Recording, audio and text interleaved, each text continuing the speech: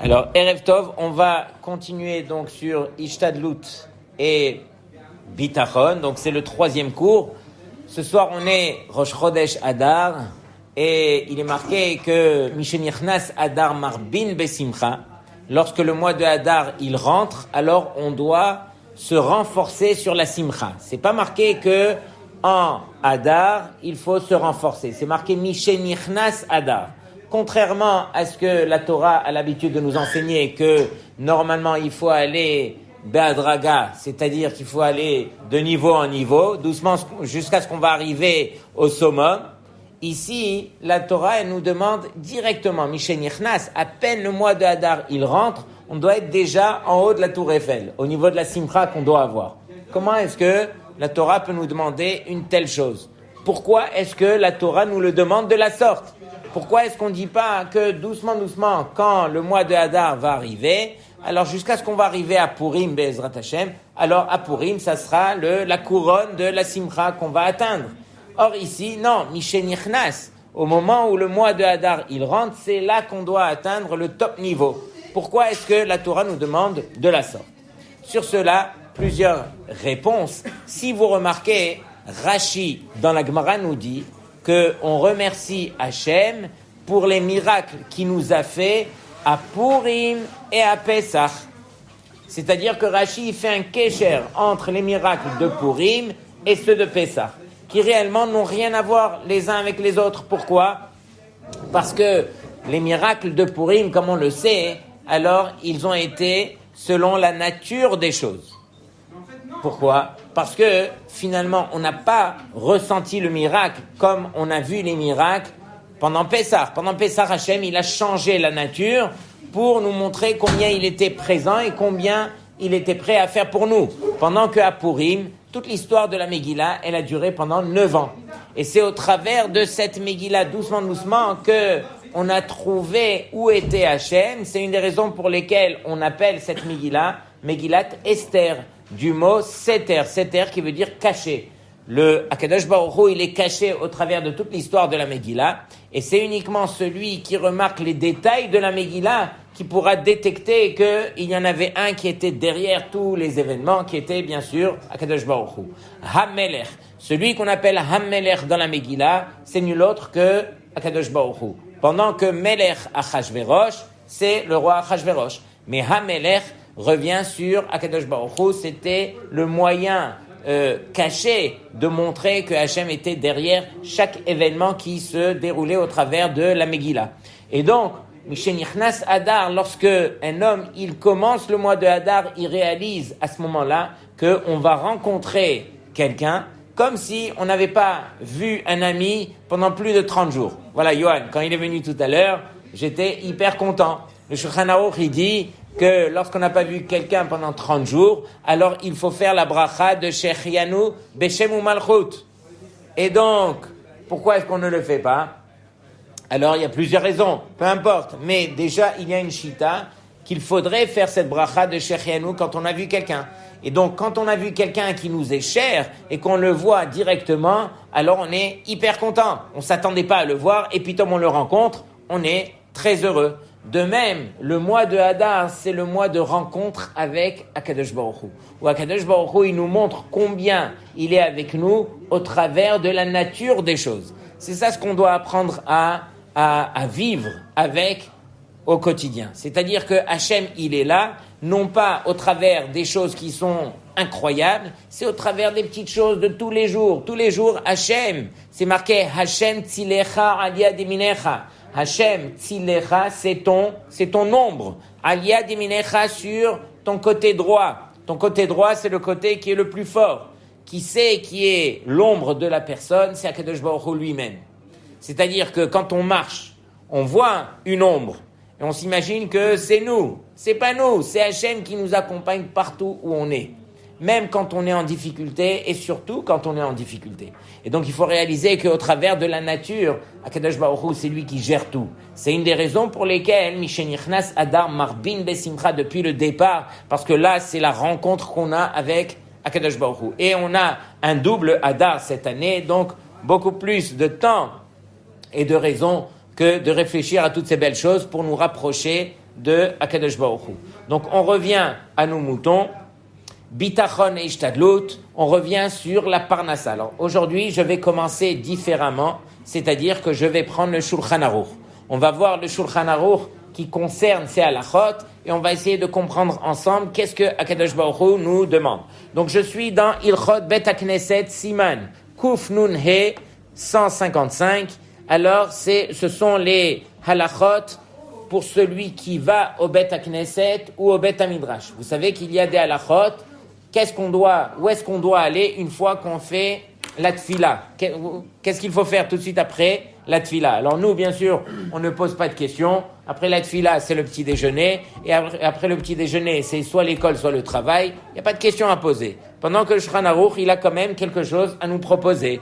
Achar sheyatza mi Bet HaKnesset. Une fois qu'il est sorti du Bet HaKnesset, Yeler, les Bet HaMidrash. Il va au Bet HaMidrash. Il va pas manger. S'il va manger, alors il va s'endormir et il va penser au côté matériel des choses. Je ne dis pas qu'il faut jeûner, mais il serait bien de prendre un petit truc et de foncer à la deuxième adresse qui s'appelle le Bet HaMidrash. Et sur cela, le Shulchan Aruch nous dit Veikva et lilmod, et qu'il fixe un temps pour étudier la Torah.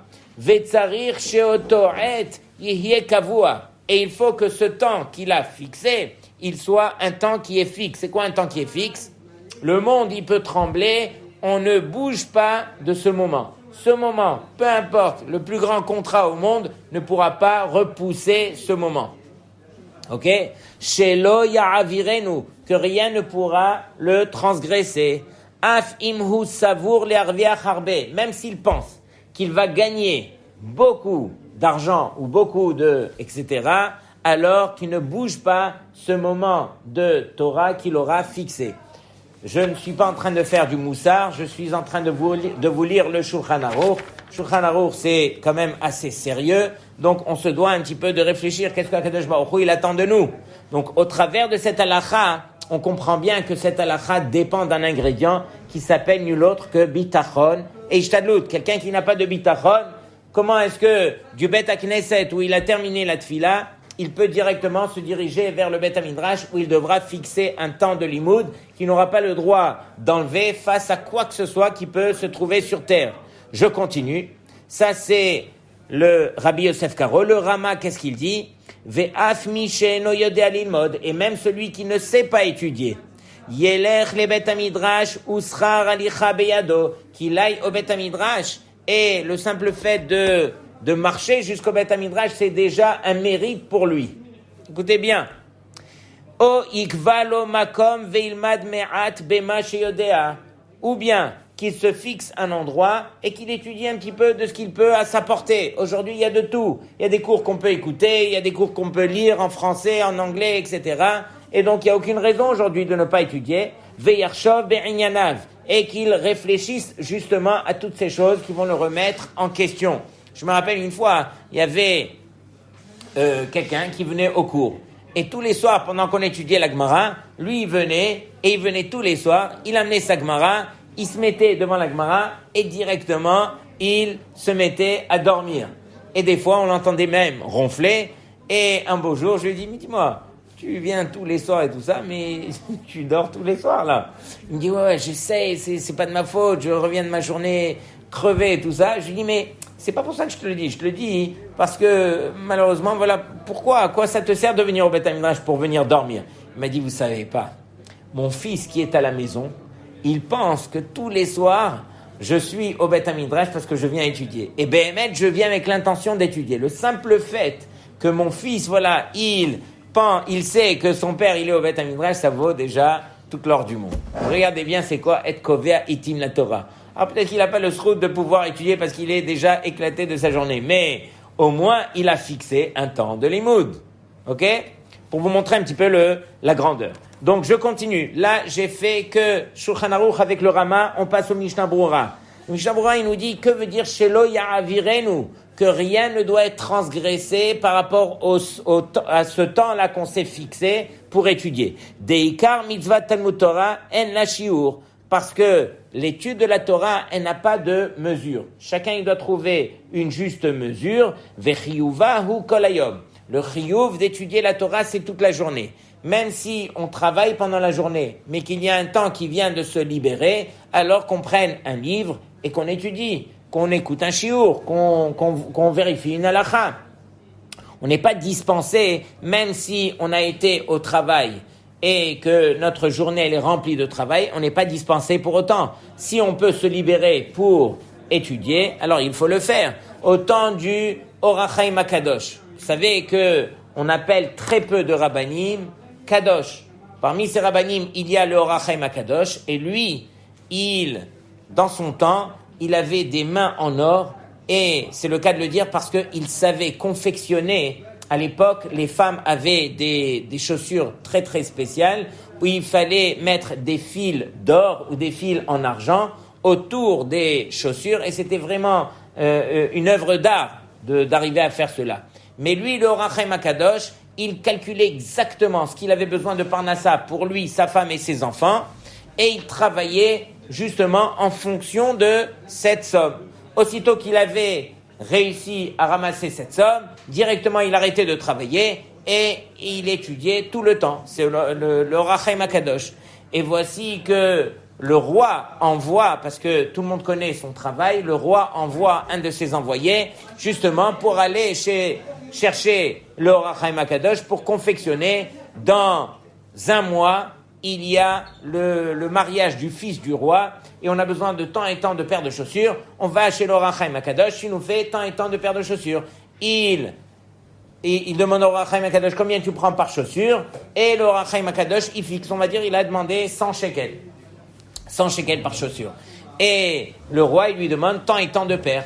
Alors le Orach Chaim HaKadosh, il s'excuse et il dit « Mechila, je ne peux pas confectionner autant de chaussures. Pourquoi ? Parce que ça va me demander trop de temps. Et je vous dis la vérité, moi j'étudie la Torah. » L'envoyé du roi, il dit sûrement que celui-là, il est en train de me raconter quelque chose pour que j'augmente le prix. Il lui a doublé le prix et le Orach Chaim HaKadosh, il dit « Non, si vous doublez le prix, alors je ne pourrai faire que, je pensais faire 2 paires, j'en ferai qu'une seule. Parce que l'argent que vous m'avez accordé me suffira pour étudier après. » Et donc, ils n'ont pas compris. Et il est retourné chez le roi. Il a insisté, bien sûr. Il est retourné chez le roi. Le roi, il dit, écoute, va chercher quelqu'un d'autre pour le faire. Mais celui-là, je m'en occupe tout de suite après.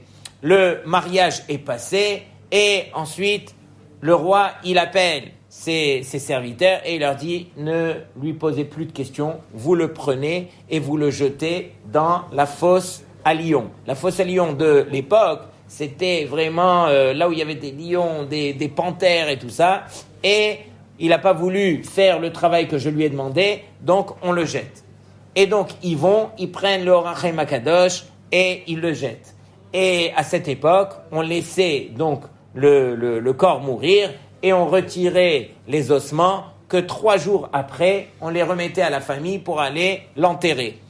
Et voici que à ce moment-là, quand ils sont arrivés après 3 jours, ils ont vu le Orach Chaim HaKadosh en train de faire un shiur devant les lions, les panthères. Tout le monde l'écoutait, tout le monde était serein.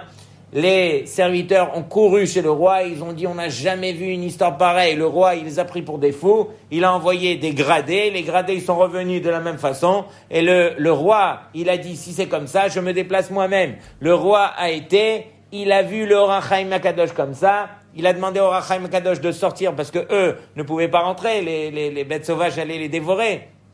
Il est sorti de la fosse des lions et voici que le roi l'a porté sur ses épaules et il a marché jusqu'au palais. Et donc tout le monde a vu cela, ils ont fait un grand kavod. Comment est-ce qu'un homme était aussi kadosh que ça, que toute sa vie c'était quoi ? C'était le Limud HaTorah. Donc, on peut arriver au niveau de raconter des histoires, que ce soit Baba Saleh, Orach Chaim HaKadosh, mais il faut savoir que ces gens sont devenus des grands uniquement parce qu'ils avaient cette chose qui s'appelle Kovea Itim la Torah. C'est quoi Kovea Itim la Torah ? Fixer un temps de limoud. Peu importe ce qui va se passer sur terre. Ça, on ne le bouge pas. On ne touche pas à ça. Et aussitôt qu'on a fixé, on ne touche pas. Donc, je reviens sur le Mishnah Berurah. Mishnah Berurah, il dit que chiyuva kolayom. Le chiyuv du Limud Torah, c'est toute la journée, à chaque fois, kozman sheyesh lo pnai, à chaque fois qu'il a une occasion pendant la journée, qu'il se libère, il devra étudier. Ensuite, le Mishnah Berurah, il dit comme ça. Tsarir ha'adam leyached et kavua bechol yom. Chaque jour, on doit fixer un temps. Comme il est écrit dans la Torah, Ve'agit abo yomam valayla, le jour et la nuit, on doit trouver un temps. Faire attention qu'en ce moment, la nuit tombe assez tôt, puisque c'est l'hiver, et donc il faut faire attention de pouvoir étudier le jour et prendre un petit peu de temps aussi la nuit. La nuit, on le fait behidour, mais au moins le jour, voilà, il faut shelo ya'avirenu beshum pa'am, que on ne transgresse pas cela jamais. Yachol le'ashlim akviut shelo bayom yihye alav kemocho v'yashlimenu balayla. Si toutefois un jour est passé et on a eu un cas de force majeure, on n'a pas pu étudier, alors il dit qu'on peut payer ses dettes en rattrapant le limoud de la journée pendant la nuit. La nuit, on étudie 2 fois plus pour rattraper le limoud du jour. Ok? Et le lendemain, alors c'est un autre jour déjà. Ok? Alors on essaye de faire au mieux. Ensuite, ce que veut dire que ici on te dit comme ça, imhu savour l'arviach harbe. Si maintenant il pense qu'il va gagner, il a un gros contrat qui se présente à lui au moment du moment qu'il a fixé pour son limoud. Est-ce qu'il a le droit de déplacer son limoud pour gagner son contrat et après étudier, ou bien non? Du fait que le temps il a été fixé de 10h à 10h30, on ne touche pas à ce temps, même quitte à perdre le contrat. Mishnah Berurah, ve'ish kazehu mi ba'ale amana. Et cette personne-là, qui arrive à surmonter cette épreuve, alors cette personne, on l'appelle mi ba'ale amana. Il a de la emuna. Il possède de la emuna, de la foi, shema amin ou boteach ba Hashem, parce qu'il croit, il a confiance en Hashem, shelo yersarlo mezonotav al yedeze, que Hashem ne va jamais diminuer de sa parnassa pour cela. Donc imaginez ce qu'on est en train d'écouter là, c'est pas évident.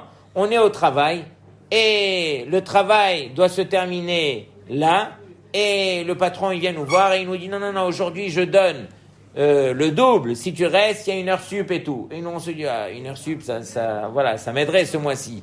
Mais j'ai le chiour ce soir qui commence à 19h. Qu'est-ce qu'on fait? Alors, sur cela, on doit être convaincu que jamais Akadosh Baruch Hu, il va toucher à la parnassa que l'homme doit recevoir, justement parce que il a touché à son limoud. On continue. Ensuite, le Mishnah Berurah, il nous dit, Im ra'ui sheyavo li revach yavohu be'atzmo me'akadosh baruch hu. L'homme, il doit se répéter cette phrase. Il doit se dire que si l'homme, il est conscient qu'il doit gagner tant et tant d'argent, alors l'homme, il doit se dire, dans tous les cas, Akadosh baruch hu, il me l'accordera. Que je travaille 1 heure de plus, que je ne travaille pas, mais mon limoud, je ne le touche en rien. Pourquoi? Parce que c'est quelque chose de fixe. Donc ça, c'est la première lacha, Kuf Nun He. On va passer à la seconde, Kuf Nun Vav. Donc, Kuf Nun Vav, c'est une fois qu'on est parti du Bet HaKnesset et qu'on a fait son limoud au Bet HaMidrash. Après, qu'est-ce qu'on fait? On va au travail. Oui, il y a le Shulchan Aruch, Masa ou Matan. Masa ou Matan, c'est le business. Masa ou Matan. Vous savez que le Ramban, il a posé une question énorme dans la paracha de la semaine dernière, paracha de Mishpatim. Pourquoi? Parce que paracha Yitro, on voit Mahamad Har Sinaï, on voit que tous les béné Israël ont été réunis, ils ont entendu la voix d'Hachem au moins pour les 2 premières dibrot, et après c'est Moshe Rabbeinu qui leur a transmis donc les 8 autres, et après on voit que la paracha de Yitro, elle est coupée par celle de Mishpatim, mais à la fin de Mishpatim, on voit que Hachem, il a été correct, un brit, il a signé une alliance avec les béné Israël, quand les béné Israël ont enfin dit le secret du monde qui est Naaseh Venishma. Donc Naaseh Venishma n'a pas été dit dans Parashat Yitro. Dans Parashat Yitro, c'est marqué Naaseh.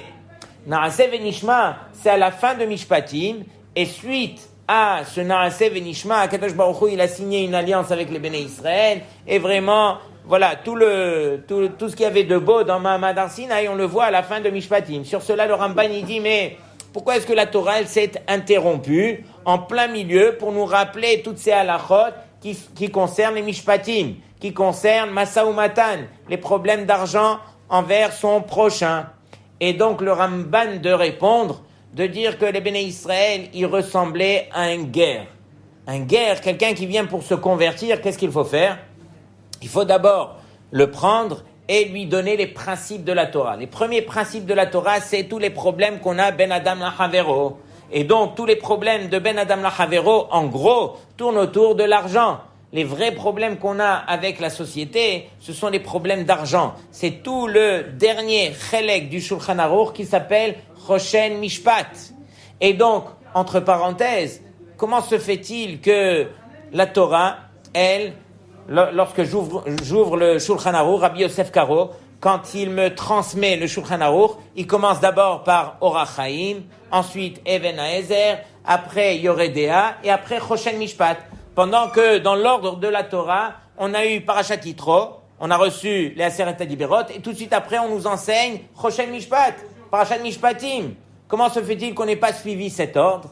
Alors j'ai vu un grand chidouche, j'ai vu que dans Choshen Mishpat, quand vous commencez Choshen Mishpat, alors ça commence par Ilchot Dayanim. Et dans Ilchot Dayanim, les Dayanim, qu'est-ce qu'ils doivent faire? Ils doivent convoquer les Baalei Dinim. Celui qui vient revendiquer l'argent et celui qui dit non, moi je ne dois rien. Il les convoque tous les deux et il leur dit écoutez, est-ce que vous choisissez de faire selon le din strict ou bien vous choisissez de faire la pshara? Pshara veut dire un compromis. Et le Shulchan Aruch termine en disant mais Tov, c'est bien de faire la pshara, c'est bien de faire le compromis. C'est mieux de faire le compromis que d'aller d'après la halakha stricte en ce qui concerne les problèmes d'argent. Et donc, on répond, on dit, si on avait devancé, donc si Rabbi Yosef Karo, il avait devancé quelque part le Choshen Mishpat avant Orach Chaim, alors on aurait pu penser de dire que c'est bien de faire une pshara, non pas seulement dans les problèmes d'argent, mais même dans les problèmes de Shabbat, dans les problèmes de kashrut et tout ça. Non, on vient dire que les 3 premiers chalakim du Shulchan Aruch, il n'y a pas de pshara à faire, il n'y a pas de compromis à faire. Il faut faire la halakha stricte. Dans quel cas est-ce qu'il conviendrait de faire une pshara? Dans les problèmes d'argent, parce que l'argent, ça t'appartient. Sur cela, il faut montrer ta émouna et ton bitachon. Il faut apprendre à être mevater, à pardonner. Quelqu'un ne... C'est marqué dans la paracha aussi, c'est marqué que tu as prêté de l'argent et tu sais que cette personne n'a pas les moyens de te rembourser maintenant. Tu n'as pas le droit d'aller revendiquer ton argent, bien que la date d'échéance, voilà, elle a été dépassée. Et des fois, il faut apprendre aussi à être mévater. Et souvent, quand on est mévater, alors Akadosh Baruch Hu, il nous accorde une bracha inimaginable. Donc on revient à nos moutons. Le Ramban a dit, pourquoi est-ce qu'on a interrompu justement ce Mahamad Har Sinaï avec la fin de la paracha de Mishpatim, là où ils ont dit Naaseh Venishma? Sur cela, le Ramban il dit, parce que nous, les Béné Israël, à ce moment-là, on ressemblait à ce guerre qui venait se convertir, sur lequel il fallait lui donner toutes les bases. Quelles sont les bases de la Torah? C'est tout ce qui est Masa ou Matan avec son prochain, tous les problèmes d'argent. C'est surtout ça qu'il faut apprendre à se battre. Et donc, le Shulchan Aruch il nous dit comme ça, Acharka, une fois qu'il a été au Beth HaMidrash, Yelech le'asakav, qu'il aille travailler. On va pas faire tout, on va pas tous être des avrechim, c'est vrai ou pas? Et donc, il va aller travailler, d'école Torah shen ima melacha, parce que toute Torah sur lequel il n'est pas accompagné par melacha, par un travail, sofah betela vigoreret avon. Finalement, il va finir par ne pas étudier et ça va le pousser même à faire des fautes. Ki ha'oni yavirenu al da'at kono. Parce que la pauvreté, alors, elle va lui faire tourner la tête et il perdra ses moyens. Regardez combien est-ce qu'un homme, il doit être responsable, même de sa parnassa. C'est pas donné à tout le monde. Bien sûr que celui que son cœur, il a poussé à étudier, va dire qu'il aura plus de mérite d'aller étudier. Et s'il peut gagner un petit peu au kollel et se suffire de cela, tant mieux. Mais il faut que sa vie, elle soit cohérente. Au jour d'aujourd'hui, malheureusement, alors c'est pas tout le monde qui vit comme un avrer, mais on voit beaucoup de gens qui se trouvent dans les kollélim, qui sont pas des avrechim, et qui peuvent profiter de l'argent de la tzedaka. Je suis en train de viser personne ici, je suis juste en train de parler en théorie, et de dire que finalement, il faut vivre de manière cohérente. Un avraire qui touche tant par mois, alors tout chez lui à la maison est tourné vers ce genre de parnassa où la Emouna et le bitachon l'accompagnent au travers de son quotidien.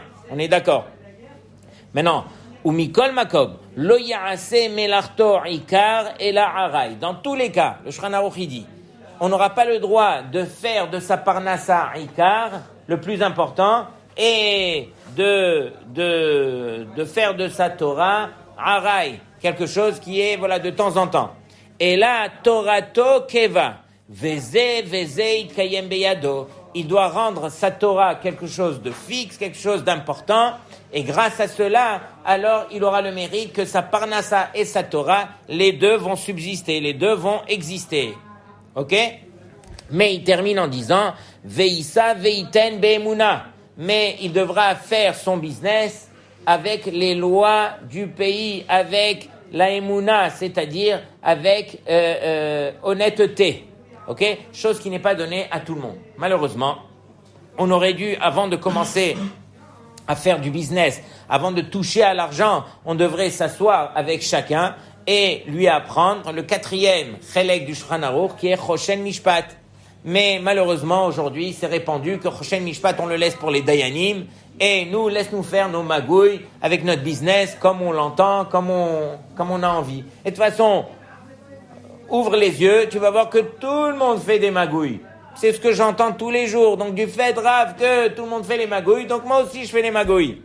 Et le Shulchan Aruch, laissez-le pour les Dayanim. C'est eux qui jugeront en temps et en heure et tout ça. Mais pour l'instant, on continue avec les magouilles. Donc ça, il faut faire attention. Ok? Il faut apprendre à faire comme le Shulchan Aruch dit, veissa veiten be'emuna, de manière honnête. On continue.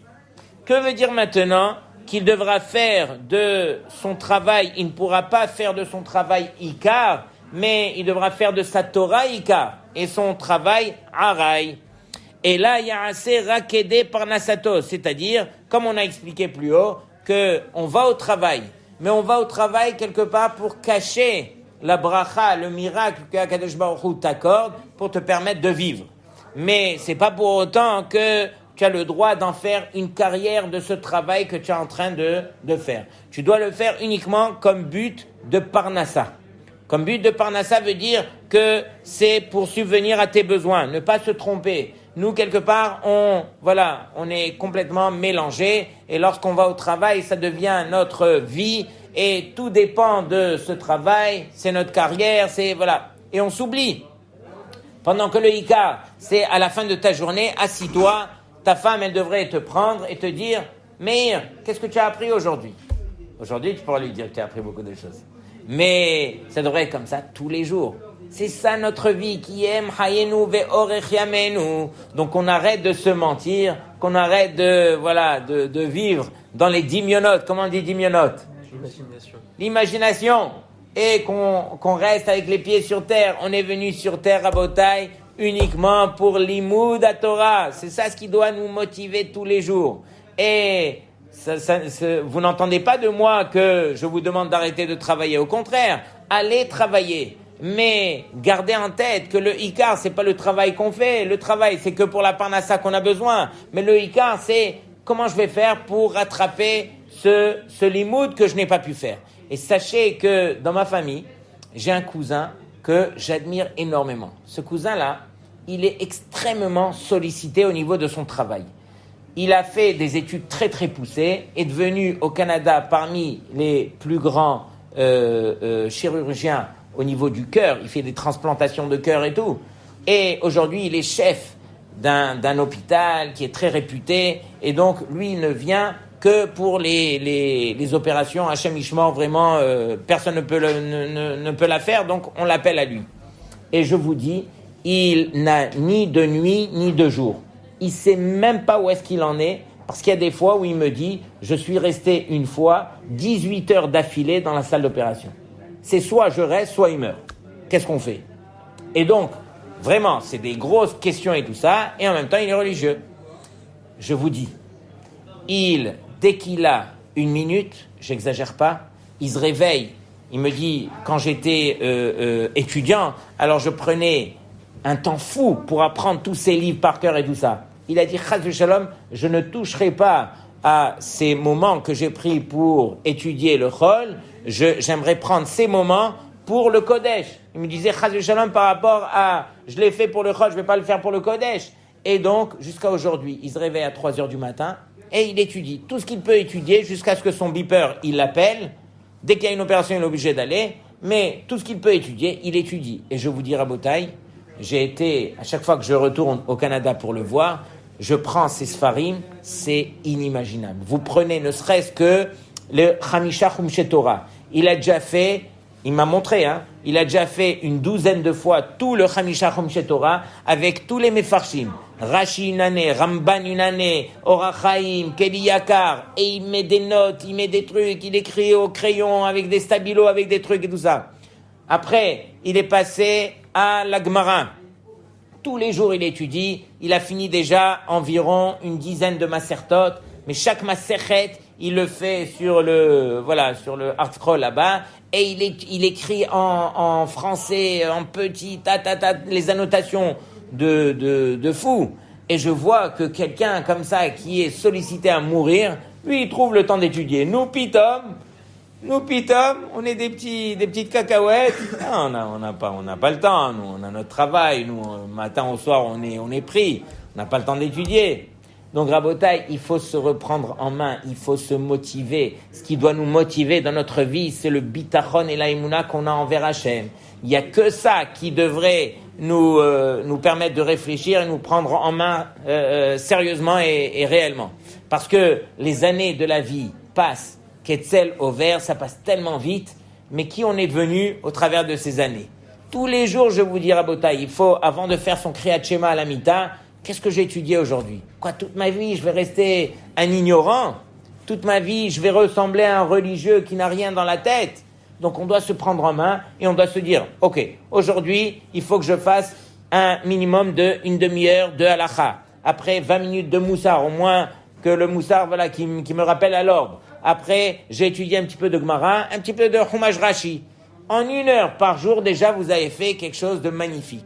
Et si vous le faites tous les jours, je vous dis, comment est-ce qu'on fait rentrer un clou, même dans du bois qui est très très dur?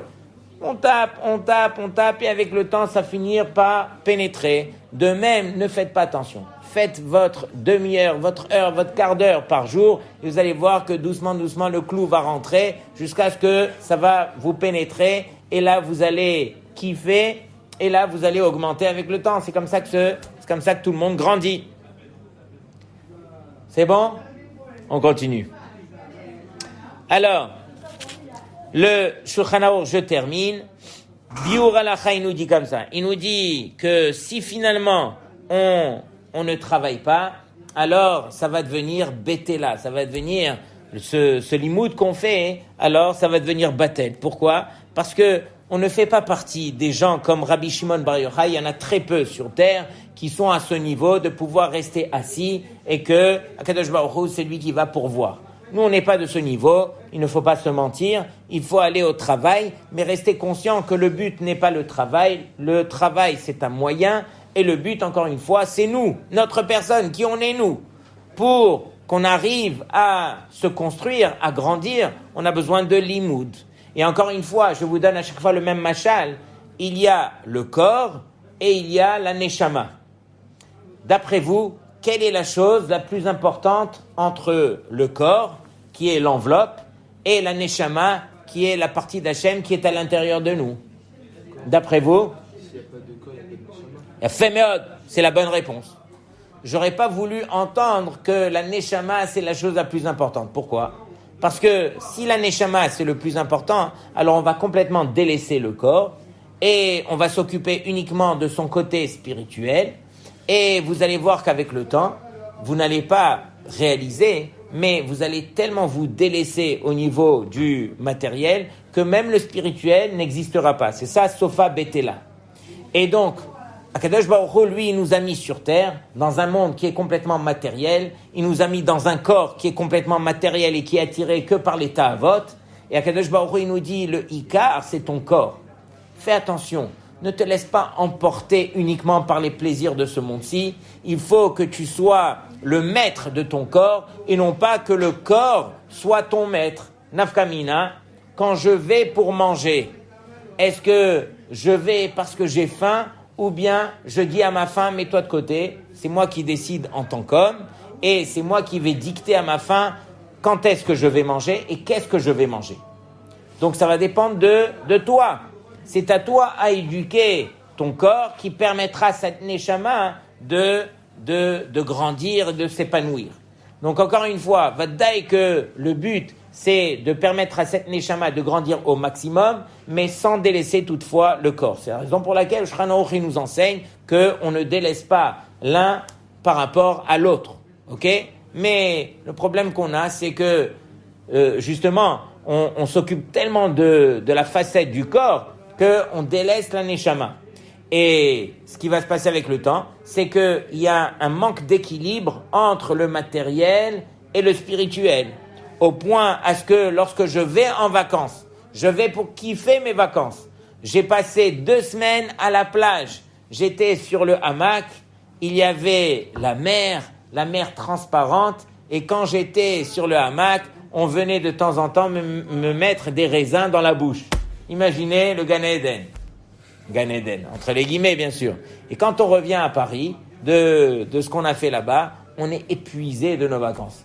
On est fatigué, on revient, on a besoin de vacances pour se retrouver, des vacances qu'on vient de passer. Et pourquoi c'est comme ça ? Parce qu'on a nourri que notre corps. On a oublié de donner l'équilibre à notre corps qu'il avait besoin, qui était de nourrir en même temps notre neshama. Mais si sur le hamac, tu écoutais des shiurim, tu t'étais rempli aussi, tu as pris le temps de réfléchir, tu t'es construit en même temps au niveau spirituel, vadaï que tu ne reviendras pas de vacances épuisé, fatigué. Tu reviendras rassasié. C'est ça ce que l'homme doit apprendre à faire sur terre. Donc messieurs, quand vous irez en vacances, vous penserez à moi, à vos prochaines vacances. Ne délaissez pas les grappes de raisin dans la bouche, mais ayez votre chiour dans les oreilles en même temps que vous dégustez, voilà, tous les plaisirs. On continue. Alors là, j'aimerais passer au Chafetz Chaim. Ça vous dit quelque chose, le Chafetz Chaim ? Il parle, entre autres, de tout ce qui est Ilchot Lashon Hara. Et sur cela, regardez bien. Ve'al kulam over bazeh hazman shel sipur Lashon Hara urechilut al mitzvat aseh shel limud Torah. Ça fait très mal. Le Chafetz Chaim nous dit, vous n'avez pas réalisé. Mais pendant que vous allez chas v'shalom faire du Lashon Hara ou du colportage, sachez que vous n'allez pas recevoir que la punition d'avoir dit du mal de votre bouche, mais vous serez puni par rapport à quoi ? Sur la mitzvah de limud Torah que vous avez annulée en faisant ce Lashon Hara. Imaginez le temps précieux que Akadosh Baruch Hu nous accorde, qui est un temps qu'on devrait utiliser pour l'Imouda Torah. Si on va l'utiliser pour autre chose, on devra rendre des comptes, même sur ce temps. Pas juste sur la mauvaise action qu'on a transgressée, mais même sur le temps qu'on a pris pour faire cette mauvaise action. C'est bon ou pas ? C'est ça ce que le Gaon Mivina dit, on devra rendre des comptes à la fin des temps, on devra rendre din vecheshbon. C'est quoi din vecheshbon ? Les deux, ce sont des synonymes. Din, c'est le din, cheshbon, c'est le compte. Sur cela, le Gaon Mivina dit oui, le din, c'est sur la mauvaise action. Cheshbon, c'est sur le temps que tu as utilisé sur la mauvaise action que tu aurais dû utiliser pour faire des mitzvot. Donc imaginez combien est-ce qu'on doit faire attention même sur ce temps. Et donc, qu'est-ce qu'il dit d'autre ? Il dit Alze zman leyoter mirde cheach hamiti shelo leaniach leyetzer letzad et darko bazé yomar shakol ou echeach. Donc il faut faire attention. C'est vrai aussi, on peut se tromper de s'imaginer que tout est obligatoire. C'est-à-dire, quand je vais au travail, alors je me suis convaincu que c'est obligatoire. Il faut faire attention, que de temps en temps, il faut se rappeler à l'ordre et il faut voir vraiment les choses qui sont obligatoires, les choses qui sont moins obligatoires. Des fois, il faut se remettre en question. J'ai un élève en ce moment qui est à l'école, qui lui est complètement israélien. Du jour au lendemain, il est parti d'Eretz et il est venu en France à Paris. Il dit pas un mot en français, ni lui ni ses parents. Et du jour au lendemain, il se retrouve dans une classe à Paris, avec que des petits Français autour de lui qui ne savent même pas dire un mot en hébreu, et je le regarde, il me regarde. Et je me dis, mais ils ont que ça à faire, les parents, de venir comme ça. Et moi, je les ai jugés les casse-routes. Je me suis dit, ils sont venus en France parce qu'ils ont été mutés au niveau de leur travail, ils étaient obligés de venir en catastrophe, ils ont mis leurs enfants, et voilà, ils n'avaient pas le choix. La réunion avec les parents, je rencontre les parents pour la première fois. Et des parfaits Israéliens, tout ça, j'ai dit, Mechila, vous êtes là pourquoi? Ils m'ont dit, nous, on n'a pas de travail. Non, on n'est pas venu pour le travail. On a senti que notre zone de confort en Israël, elle était devenue n'importe quoi. C'est-à-dire qu'on était tellement à l'aise dans notre vie en Israël qu'on a dit, on ne peut pas rester dans une vie pareille. Il faut absolument se remettre en question. Il faut absolument changer le tout pour que justement, qu'on apprenne autre chose, qu'on avance dans la vie. Pas qu'on reste et voilà, on continue sur notre vie qui est facile comme on l'entend. Et donc, on a changé la donne pour justement se reprendre en question. Je ne suis pas en train de dire qu'on devrait le faire, mais j'étais impressionné de voir la réflexion chez ces gens qui ont voulu tout chambouler dans leur vie, justement parce qu'ils étaient à une zone de confort qui était trop élevée. Vous entendez ou pas? Ça, c'est des gens qui sont prêts à se faire violence. Pourquoi tu veux quitter ta zone en étant à l'aise? Tu peux être à l'aise en même temps. Parce que eux sont convaincus, et peut-être qu'ils ont raison par rapport à ça, que la vie, elle est là pour qu'on apprenne à se dépasser. Non pas qu'on arrive à vivre sur une vitesse de croisière normale, celle qu'on a choisie, et que on est en train de vivre on vivote. On vit notre petite vie comme ça tous les jours, mais les efforts, ils ne viennent que quand tu arrives à te dépasser. Et eux, ils m'ont dit qu'en Israël, ça y est, on est arrivé au summum des efforts qu'on aurait pu faire. On avait besoin de se dépasser. Et je vous dis, alors je vous dis que 2 mois après, le fils en question a parmi les meilleures notes en français de la classe. Donc ça, c'est des gens qui savent se dépasser. Ils se mentent pas. C'est pas donné à tout le monde de faire une chose pareille. Et tout ça pour dire que, voilà, on est là aussi pour se dépasser. On est là pour fournir des efforts. Donc, quelque part, c'est vrai, on a choisi une vie où on travaille, on se réveille, on fait la tefila à l'arrache, on arrive, petit déjeuner, trucs, ça. Tout est à revoir. Tout. Le moment où on se réveille. Comment on se réveille? Comment on fait la tefila? Comment le travail qu'on a choisi? Combien d'heures travailler? Combien d'heures investir sur son limoud? Est-ce qu'on étudie vraiment? Est-ce qu'on a besoin d'une chavruta? Est-ce qu'on a besoin d'un autre rave? Est-ce que j'ai besoin d'écouter des shiurim? Est-ce que, voilà, il y a des milliards de est-ce que? Et Dieu seul sait combien le Shulchan Aruch, il est énorme. Il faut apprendre ses halachot. On va rester des ignorants toute notre vie. Donc toutes ces choses-là devraient nous rappeler à l'ordre. On ne peut pas rester dans une vie, voilà, linéaire et on continue comme si de rien n'était. On n'avancera jamais dans la vie de la sorte. On est obligé d'apprendre à se dépasser. Et autre chose aussi, je fais une parenthèse, c'est pas parce que nous on a décidé de se dépasser que lorsqu'on va rencontrer les autres, alors on va leur rentrer dedans. Ça arrive souvent ça, quand on est marié, où on rentre le soir et on a envie de faire des reproches, soit à sa femme, soit à ses enfants, parce que nous on a pris sur nous de faire, je sais pas moi, Halav Israël, alors on va tarabuster tout le monde autour de nous. Faut faire attention, si toi tu as pris sur toi une khumra ou tu as envie d'avancer tout ça, fais-le pour toi, mais n'empiète pas sur le confort des autres. Là on parle que chacun doit apprendre à se positionner par rapport à lui, à se remettre en question. Mais c'est pas pour autant qu'il aura le droit maintenant de remettre en question tout le monde en même temps. Ok? Donc je ferme la parenthèse. J'ai répondu à ta question?